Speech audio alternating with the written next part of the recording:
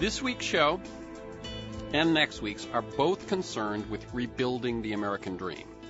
And this week, I'm going to speak with Rob Johnson, the Executive Director of the Institute for New Economic Thinking, and next week, Van Jones, who is part-time at Princeton, part-time at Campaign for America's Future, but is really spearheading Rebuild the Dream. And this is big work, necessary work, challenging work that's going to demand wisdom, will, and action of us all. I first met Rob Johnson when he offered a powerful and energizing talk and slideshow in Los Angeles a few weeks ago, and I immediately asked him to join myself, Richard Eskow, and Drew Dellinger in a conversation that took place on Freeforum August 14th, 2 weeks ago, in which we really looked at the very big picture and about the American dream, but really also about the stories and the narratives and the myths and so on. It was really as I said, I think we started at about the 5,000-foot look at what's going on, and at times went higher than that.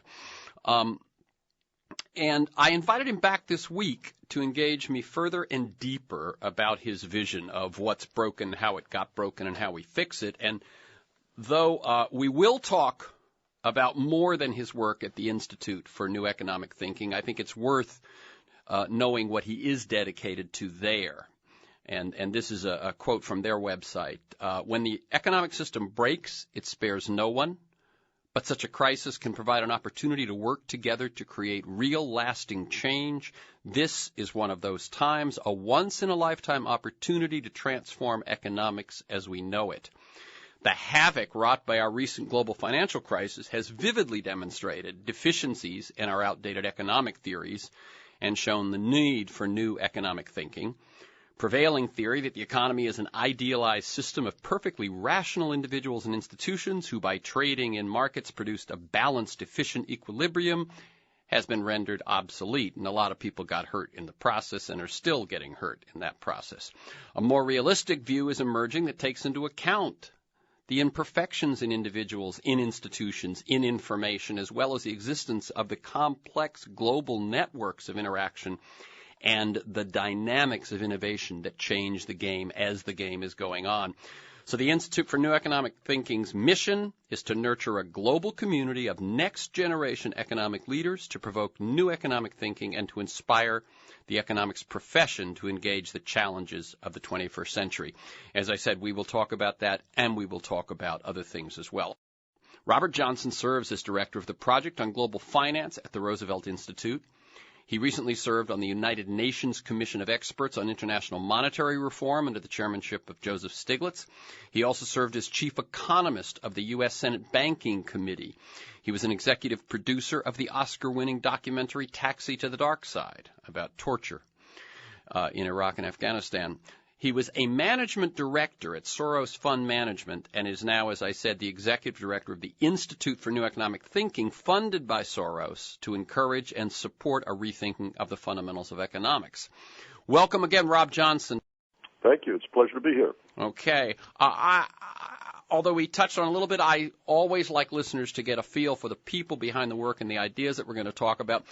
You've been a management director at Soros Fund Management. That's really dealing in the trenches of big finance. You've also been chief economist of the Senate Banking Committee, and in your answer to this question, tell us under whom. But tell us a bit about those two experiences and how they impact your path to your current work. Okay. First of all, when one works, the old saying, I think it was Bismarck, you never want to see sausage or legislation made. And Yep.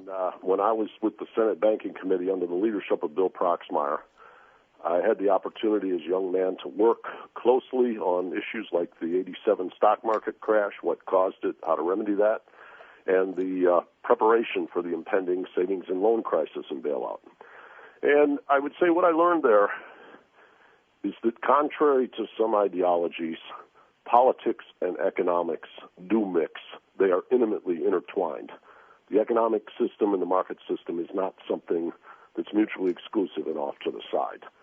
And the people in the private sector spend a great deal of energy, time, resources studying and trying to influence the structure of government policy to create subsidies or what you might call competitive advantage, what Dean Baker calls a nanny state. The work that I did with Soros was portfolio management. I was focused largely on foreign countries, and particularly emerging market countries in Asia.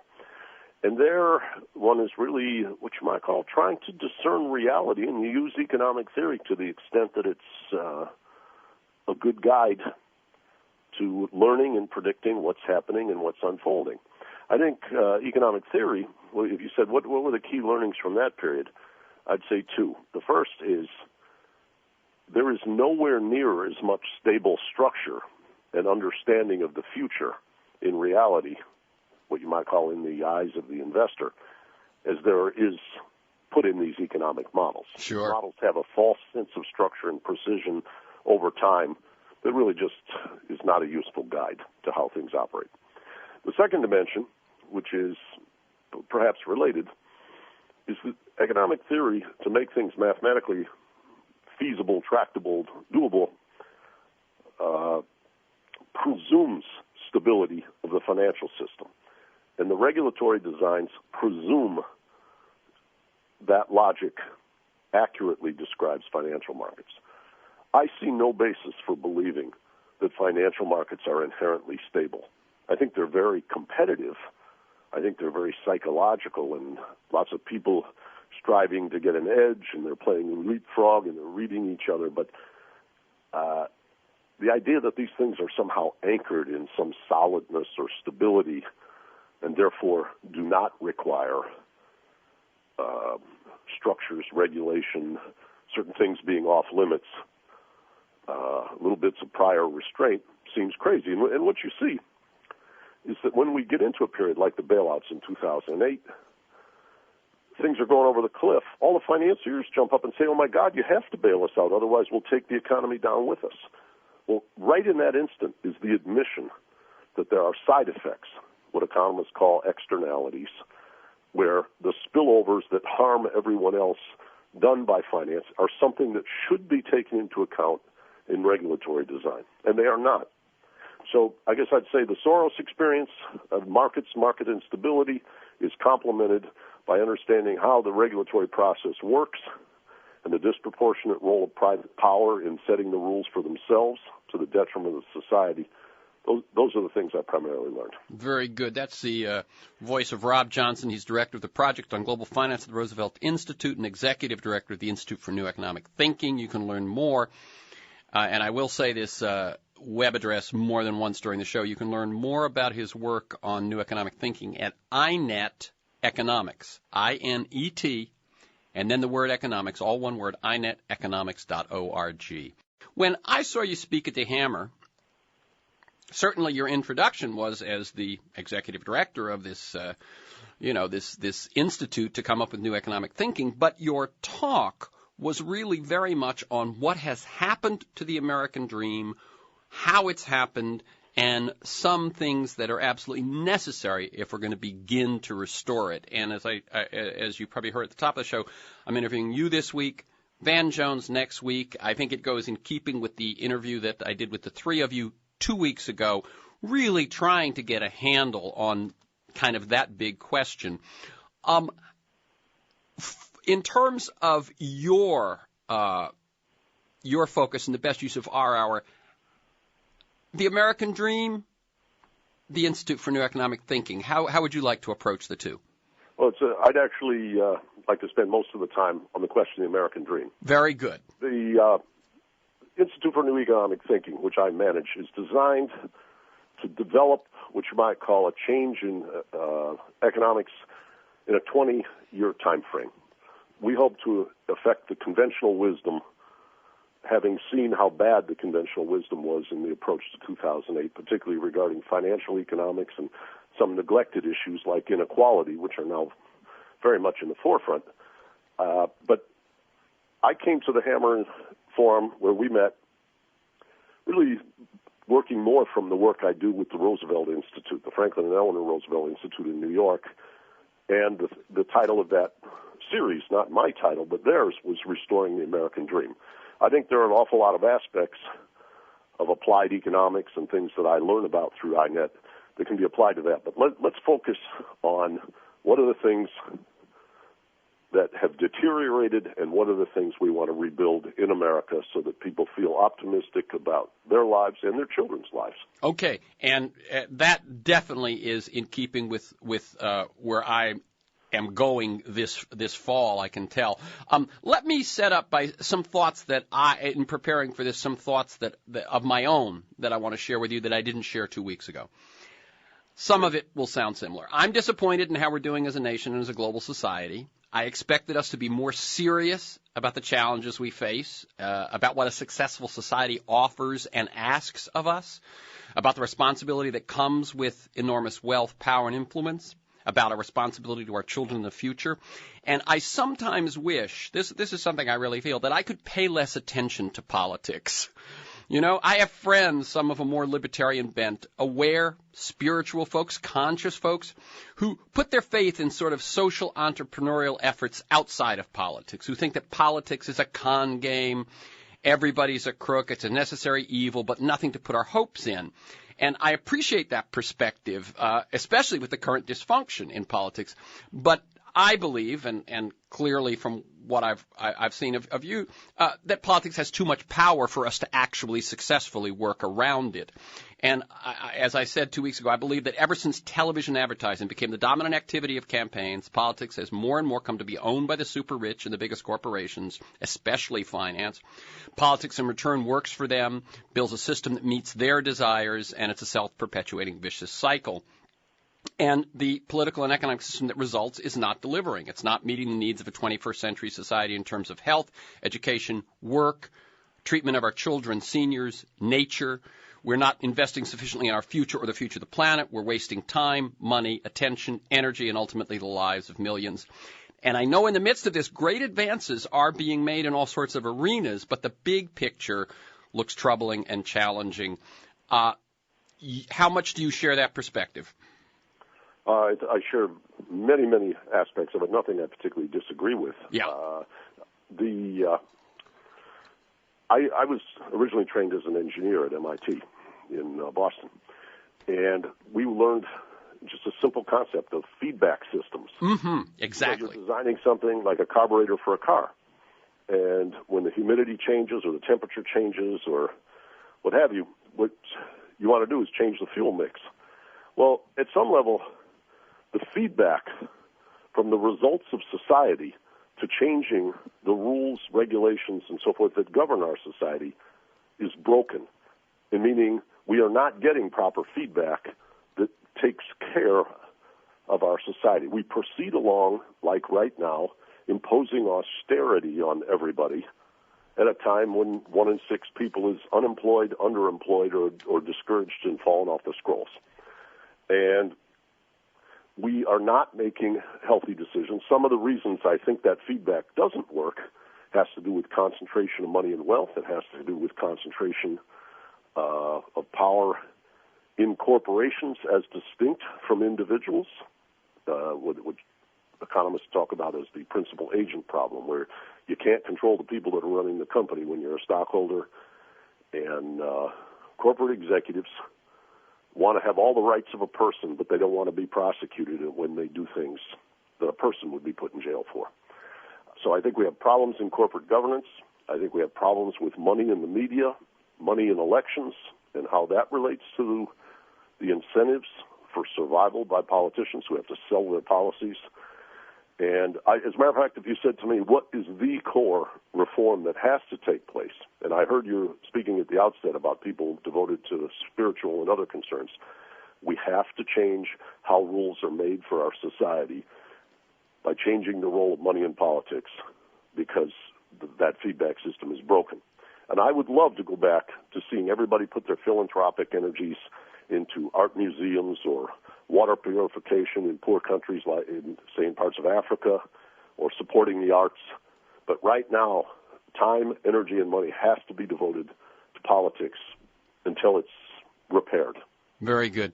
I've heard you do a big picture analysis of the motivation for austerity measures in the face of weak demand here in the U.S. and growingly more so in Europe. And let me see if I've got it right. You said that the banks took so much of the public's wealth that cuts have to come from somewhere. And since they control politics here to a huge extent and to Europe maybe not quite as much, but far too much, the adjustments are not going to hit them. A speculation tax, other taxes, tighter regulations, but it's going to be taken against those least able to fight. Can you explain to people more sort of how austerity is on the ascendant when we're in the middle of a deep and perhaps deepening recession? It's pretty close to terrifying and befuddling that when all kinds of people in the construction business are laid off and our roads and bridges and schools and the energy efficiency of our buildings is sorely lacking and everyone knows it, we don't take those idle resources and put them back to work repairing and modernizing that infrastructure. It's pretty close to criminal and defies common sense. And furthermore, a lot of the infrastructure that's allowed to atrophy and deteriorate will cost much more to repair eventually. The old saying, an ounce of prevention is worth a pound of cure. And let me cut in for a second, Rob. Another piece of why it will cost more in the future is that in a time of recession, in a time when the vultures, we'll talk about this more, I know, the vultures are looking to get things on the cheap. Public investment would be cheaper than it will be if we were robust. That's right. That's right. So now's the time. People are desperate, and, governors, the mayors and so forth are desperate to make their finances balance. They do things like the Greek government did when it wanted to enter Europe. They create fancy derivatives that hide what's their real fiscal condition in order to get beyond the next election or beyond the threshold where they can enter into the system or abide by the rules that they need to.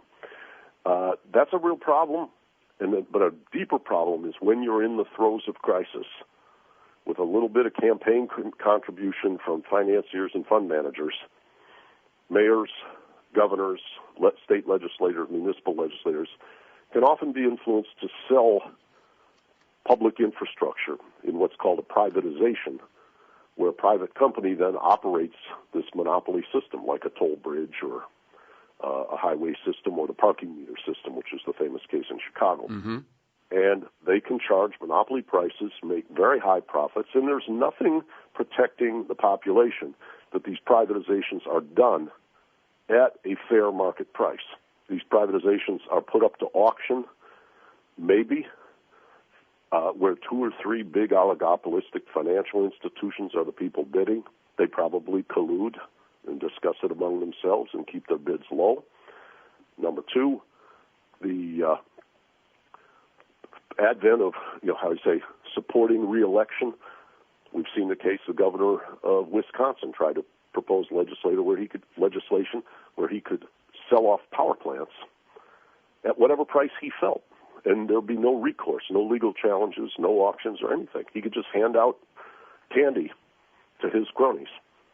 And this is the kind of privatizations that we saw in Russia after the collapse of Soviet communism, where people who were essentially apparatchiks, skilled in the mechanisms of backroom politics, became billionaires instantaneously without doing anything for the betterment of society. It's not on that scale in the United States, but this fiscal austerity at the state and local level threatens to cost us all more. And as you mentioned earlier, banks and financial investment funds see the potential to benefit from this austerity. And what I was pointing out also was, by the same token, government investment right now would be wise because prices are low, because we're in a downturn, correct? Yes. In other words, whatever you're going to invest, if you invest it when the economy's booming, everything will cost you a little more. If you invest it now, when we need both the jobs and the investment, you will also get public goods cheaper, rather than just, as we point out, the vultures getting stuff cheaper. That's right. You'll get them cheaper, and you'll finance them at lower interest rates. Yeah. With a robust economy, government borrowing competes with robust private borrowing, and we can get, higher interest rates that cost everybody in the private sector more. When you have idle resources, a slack economy like we have right now, that is precisely the time to engage in the public infrastructure rebuild. If you ask the public, they want higher taxes on the wealthy, higher taxes on corporations, cutting defense, investing in infrastructure, all the things which at this moment seem to be also what's needed, and yet the Washington and to some extent even the state houses don't seem to be listening at all. Is it that finance has developed that much more power that they control what even gets near the table? I would say Dick Durbin, senator from Illinois, coined it very aptly when in the middle of credit card legislation in Washington. He said, well, we can't get anything done. The banks own the place. So as a first approximation, yes, I think they are the largest donors. This is a very interesting question. After the resentment and the hostility that's all over the polls about the bank bailouts and bonuses, when Rahm Emanuel goes and runs for mayor of Chicago and he has to be replaced, the Obama administration considered it an intelligent move to bring the number 3 executive, Mr. Daley, in to run the White House staff. Now, I'm not talking at all about Mr. Daley's skills or experience. He's a former Commerce Secretary, very able man.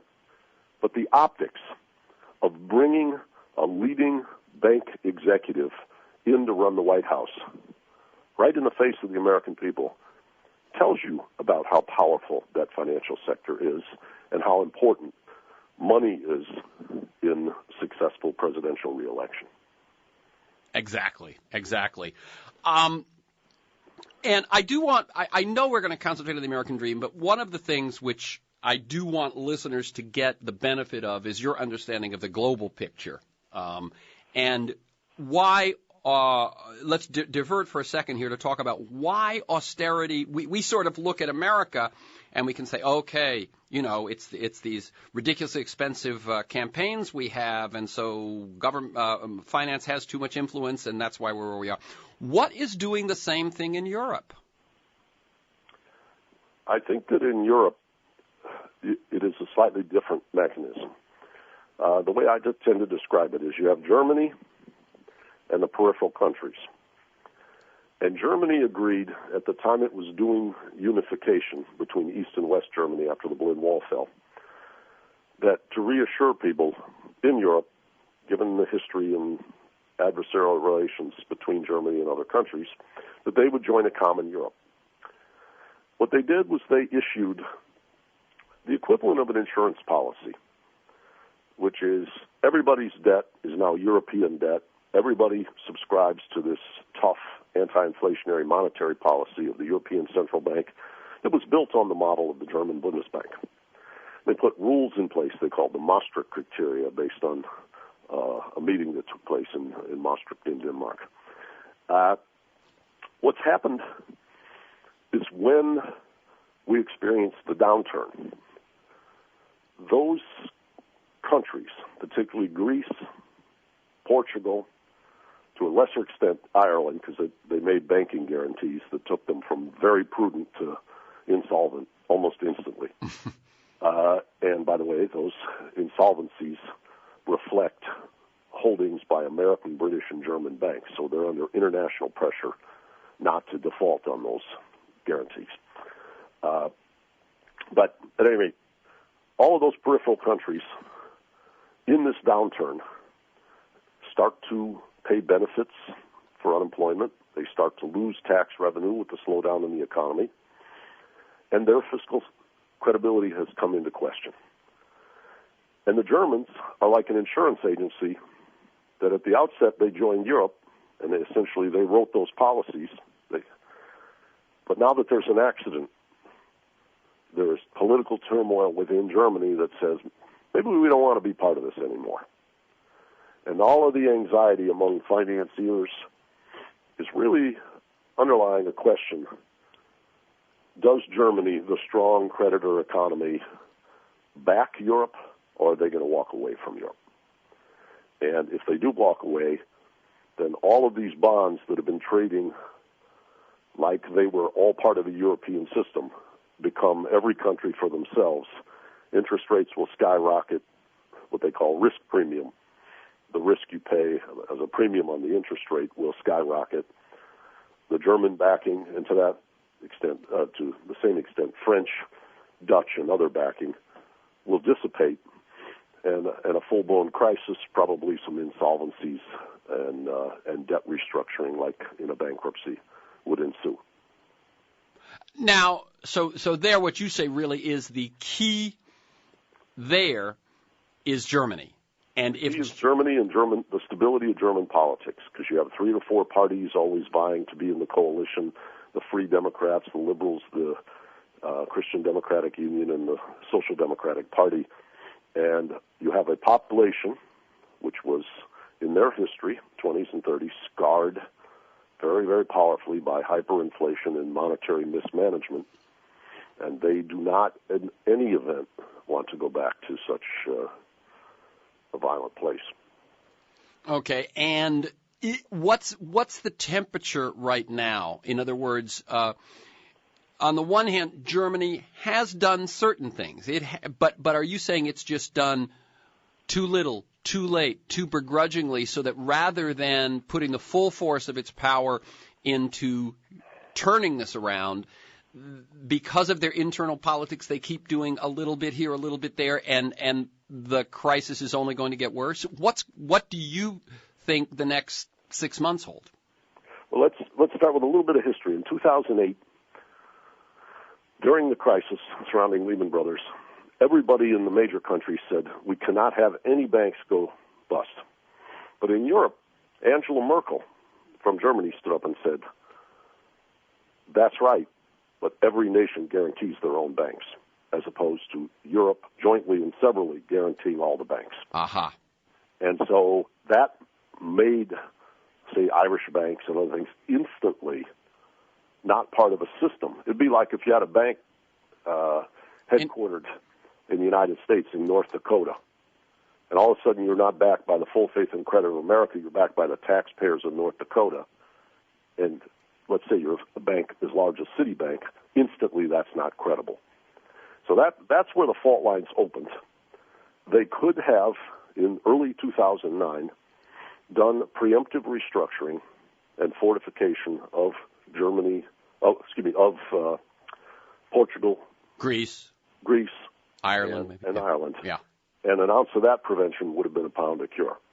This system has now migrated through indecision and half measures for almost 2 years.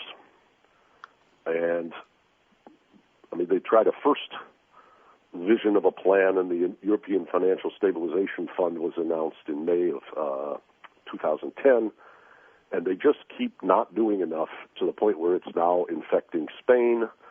It's infected the bond spreads even of France. It's very much affected Italy. And in many ways now the Germans are being pushed that if we don't unify fiscal policy, come up with a common European bond and a United States of Europe, this whole thing may smash apart.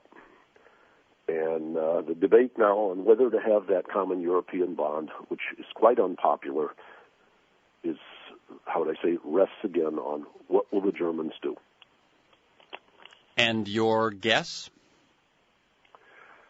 I had been of the mind that German banks, who are also politically very powerful, had lots of holdings in Spain and Italy and France, and ultimately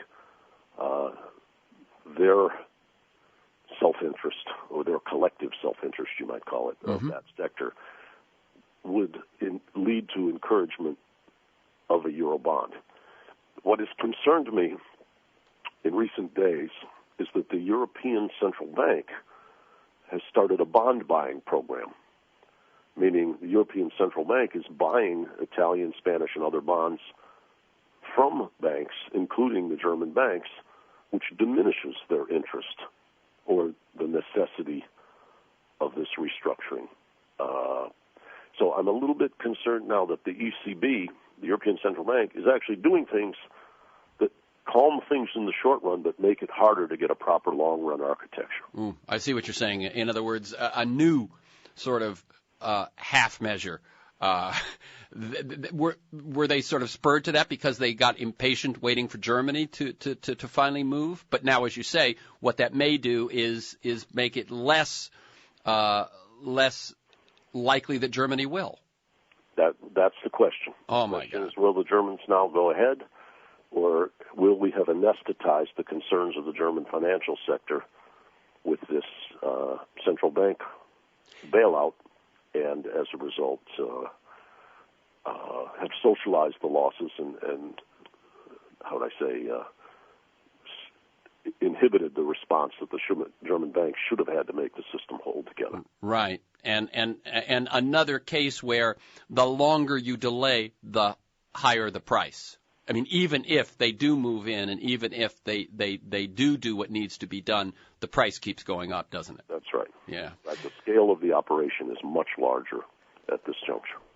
Let me allow you to sort of give listeners the brief version of your talk at the Hammer, that is to say, you know, the big questions that you felt necessary to take on and the big evidence in that you presented in terms of what's wrong and what's needed.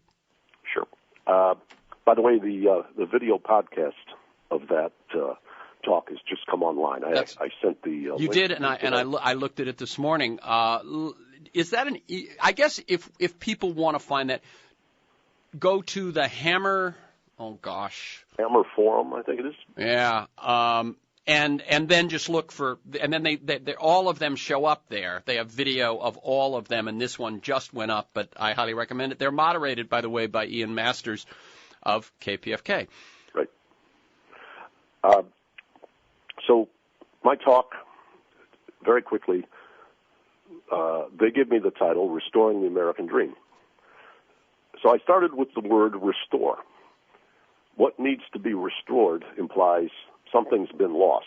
Somehow we're not as well off or confident with the structure of the system presently relative to the past. And the thing that I identify in the talk that's so markedly different from, say, the 1960s, 70s, and 80s is that as our economy grows now, 2/3 of the gains are being taken by 1% of the population. 10% of the population is taking more than 100% of the gains, and 90% of the population's living standard has been going down since 1978. I then look at the consequences.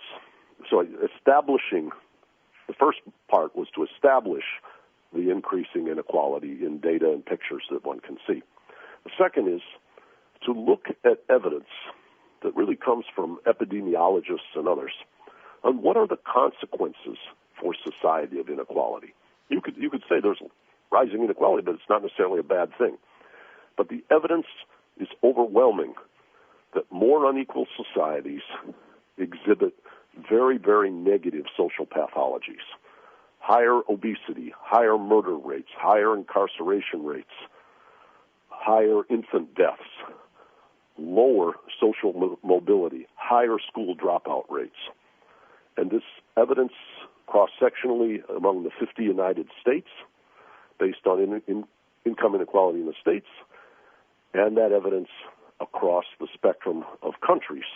Now, I'm going to interrupt just a second because I really want to emphasize this. I had the authors of The Spirit Level, who did a lot of the research you're referring to, on here. I highly recommend the book to anyone who wants to get a big picture of what's been going on. But in case people didn't hear it, what that says is that when the countries with the greatest inequality, or in America, the states with the greatest inequality, suffer across the board. The wealthy do not do as well as the wealthy in states or nations that are more equal, the poor do worse. And by the way, Rob, one of the ones, so you go, oh, okay, obesity, health, mental health, that makes sense.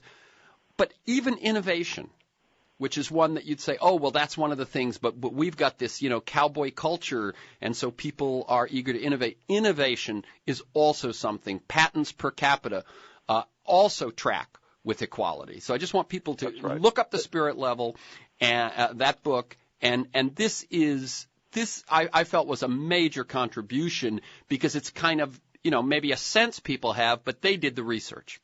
That's right. And there's a website that your listeners can go to, Equality Trust, all one word, That's equalitytrust.org. Right. Yep. But the other one, which I thought was the punchline slide, is that social mobility is down when inequality goes up. Now, that's common sense at some level. Wealthy families can give their kids all the advantages, and when you don't have a lot of what you might call public goods, libraries, parks, and things that we all can enjoy, people in the lower rungs have a harder time getting up to those levels of high functionality and success thresholds. And people who have advocated a free market, unbridled, no progressive income tax, no inheritance tax, have to grapple with the fact that the data is very strong that social mobility, the equality of opportunity, as they call it, is diminished when the starting conditions show widespread inequality. And if we go back to what we're talking about, which is the American dream, social mobility has always been one of the essential praiseworthy traits of that American dream. That's right. And restoring that, when you say, what do I think needs to be restored?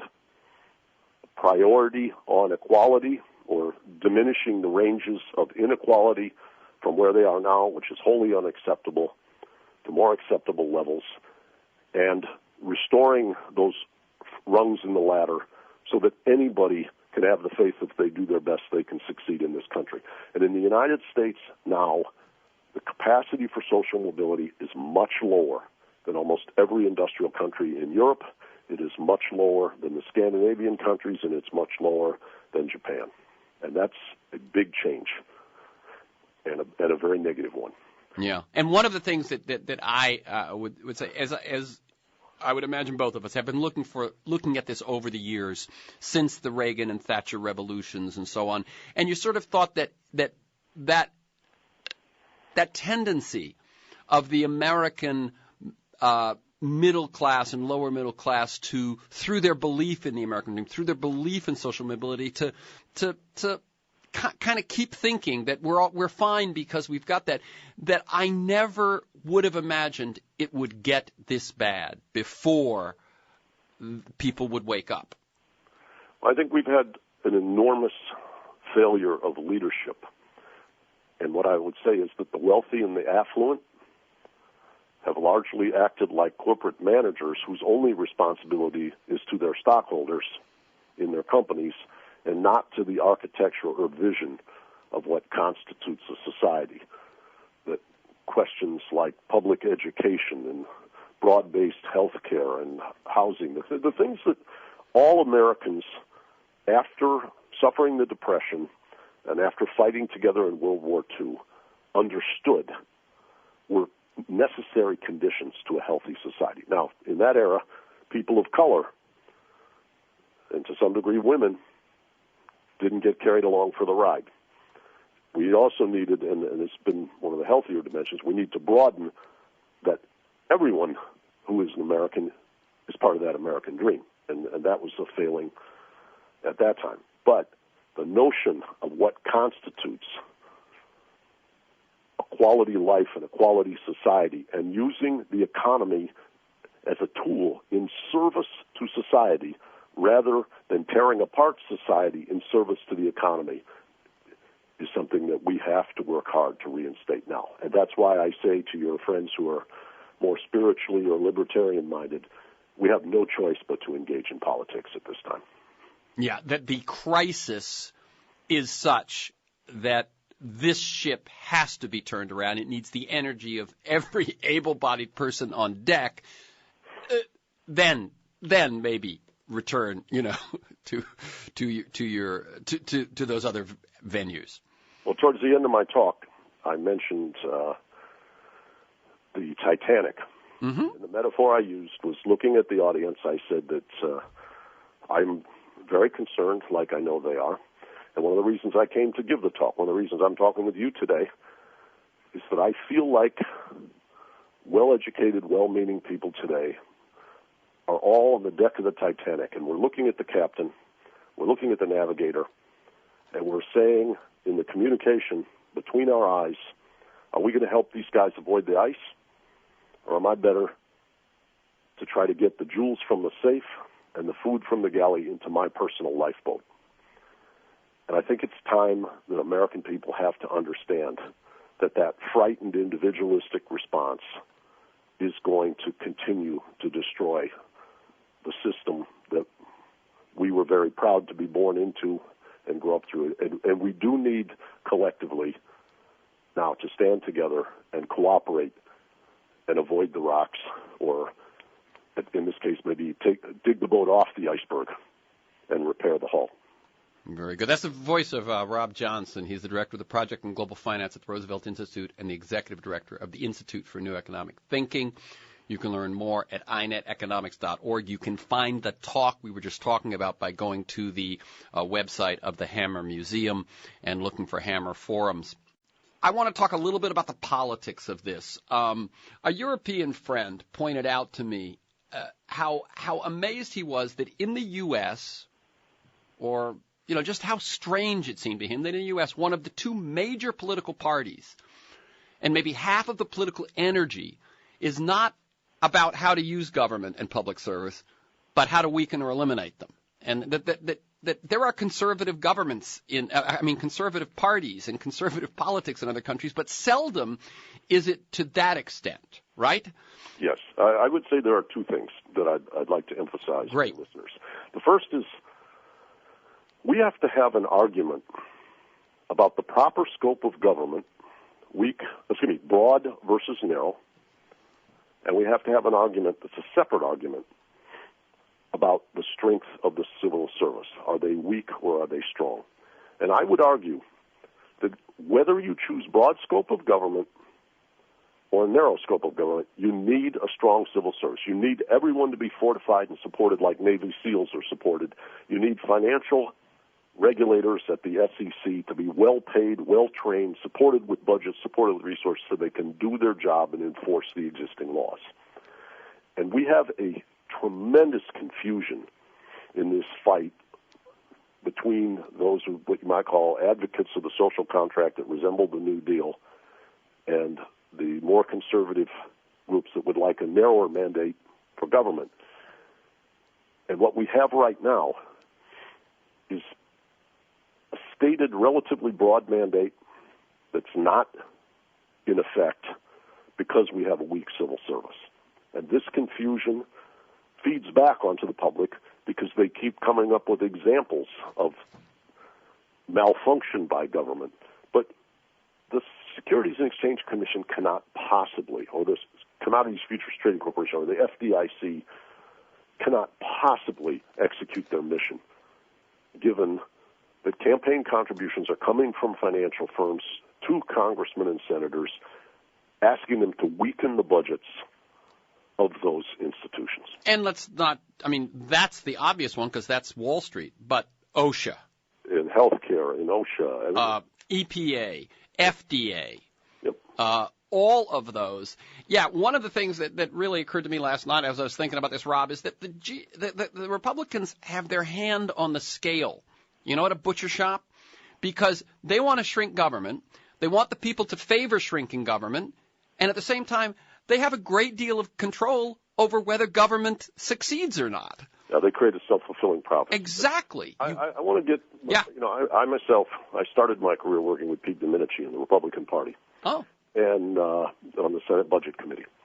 I don't really see this much as Republican versus Democrat.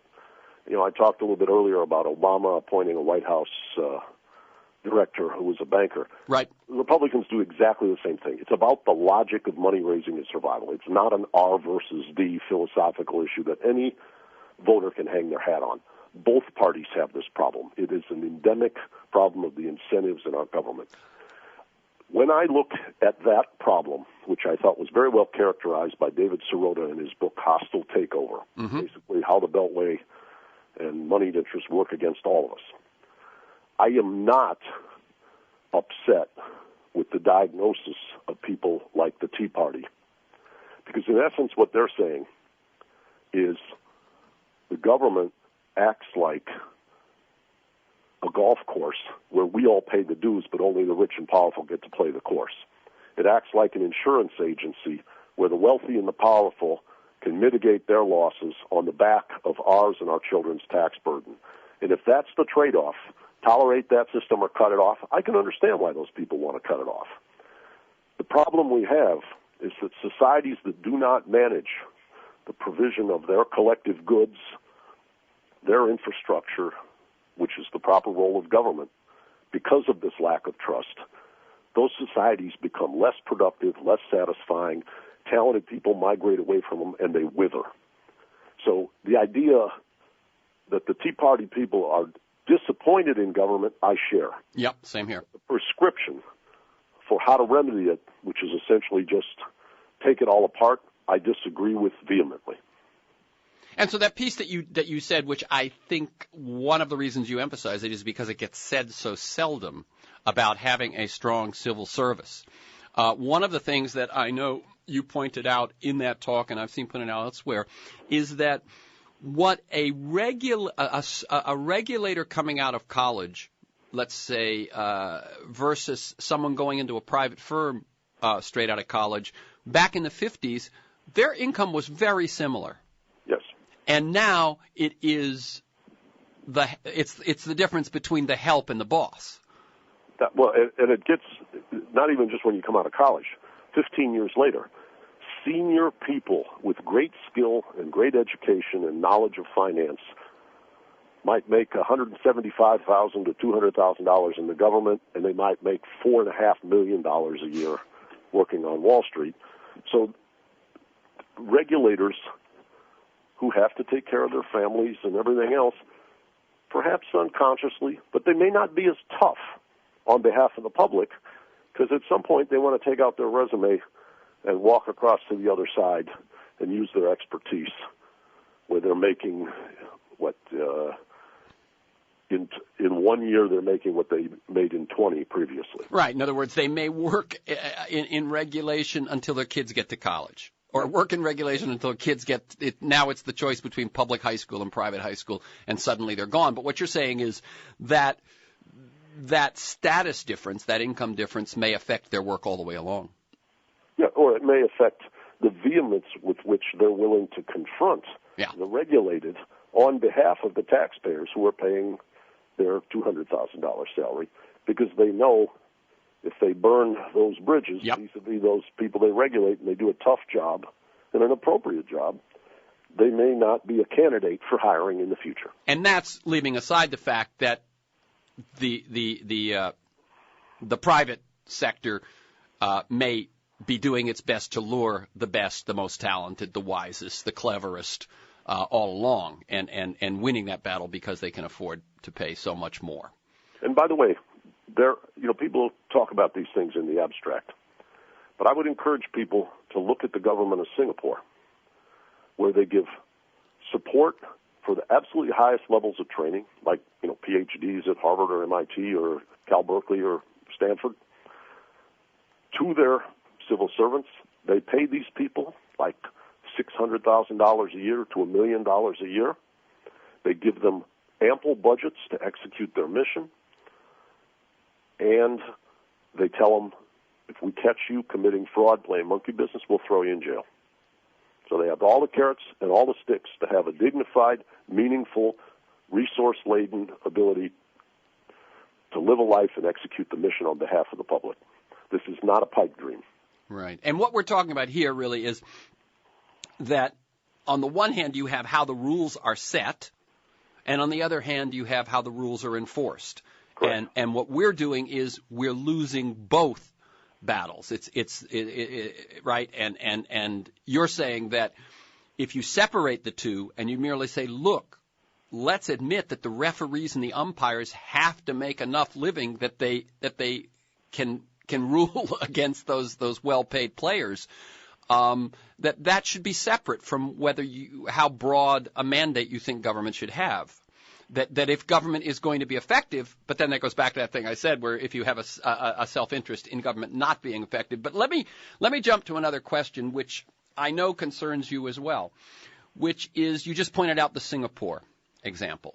I often turn to the German example. Germany, with 83 million, is is either number one or two exporting country in the world. And yet, a company with 2,000 employees, half the board is elected by the workers.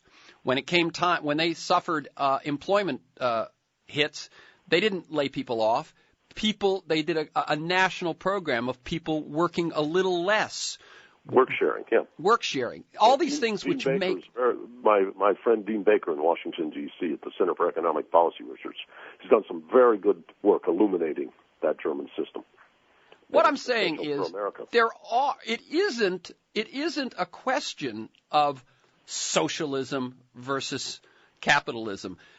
There are ways that other countries have found to make capitalism work. And that is, by work, I don't mean work just for the shareholders or just for the wealthy, but work better.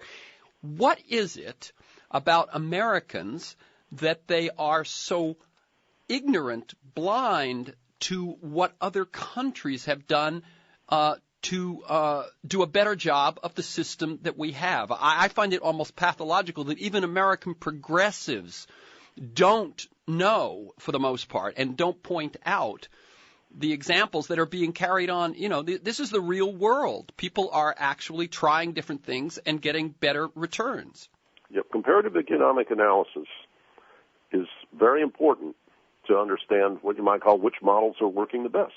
And we don't tend to practice that in America, where a lot of social science has devolved into essentially being marketing for the elite and powerful rather than analysis of the possibilities and trade-offs for society as a whole.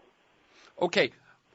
To turn this around, I watched an interview in which you were asked what should people be demanding, and I was struck by your answer. You said, number one, public financing of elections. Number two, media companies made to provide free time for public service information and election campaigns. That if you can't stop the flow of money, given Citizens United, that you can limit the need for it in elections. Now, for years, actually, I've been saying the same thing, that the only way we're going to get the health care, the education, the environmental actions that we want is if we actually all, despite those, our particular issue, banded together and said, this is what has to change. How we finance, advertise, and maybe even how we actually run our elections is got to change first. Your thoughts? I think that is exactly what you might call the common thread among all of these dysfunctions. And as you pointed out from my earlier video, reducing the extent to which an elected official needs to get money in order to be reelected is key, because then it diminishes the role of money relative to the currency of votes. And if the currency of votes and efforts to invigorate participation and so forth, American voter turnout is absolutely dreadful by the standards of democracies around the world. Dreadful. Now the question is, why is that? Some say, they put obstacles in the path, particularly of minorities and others, so that they make them afraid to come to the polls or afraid to register. But the other dimension is, a lot of people, like you mentioned earlier in this program, say, I don't want to have anything to do with politics. Yeah. It's not even worth going over there and validating this system by casting a vote. Now, I find that a tragedy, and I'd rather you go take your hour and a half off from work or whatever, if you can, and go over there and vote and write in on the ballot just to participate as a citizen. But a lot of people say it doesn't matter. because the big money corporate process essentially creates a menu at the restaurant that I would never want to order from. Okay, I don't want to eat any of those dishes. Yeah, Rob, I've got to close it at that. Let's do this again in a few months. That's Rob Johnson. He's Executive Director of the Institute for New Economic Thinking. Their website is Inet, I-N-E-T, economics, one word, ineteconomics.org. You can listen to this week's conversation and many others anytime during the week by linking to the podcast. You can sign up to have it delivered to you weekly. You can do that both at my site, terrencemcnally.net, or aworldthatjustmightwork.com. They're both the same website, or at iTunes. And you can also, at my site, sign up for a weekly announcement, tell you who's going to be on, what we're going to talk about, and some background on the issues, or you can do that by emailing me at temcnally@mac.com. Finally, thank you to Rob Johnson, and keep up the good work.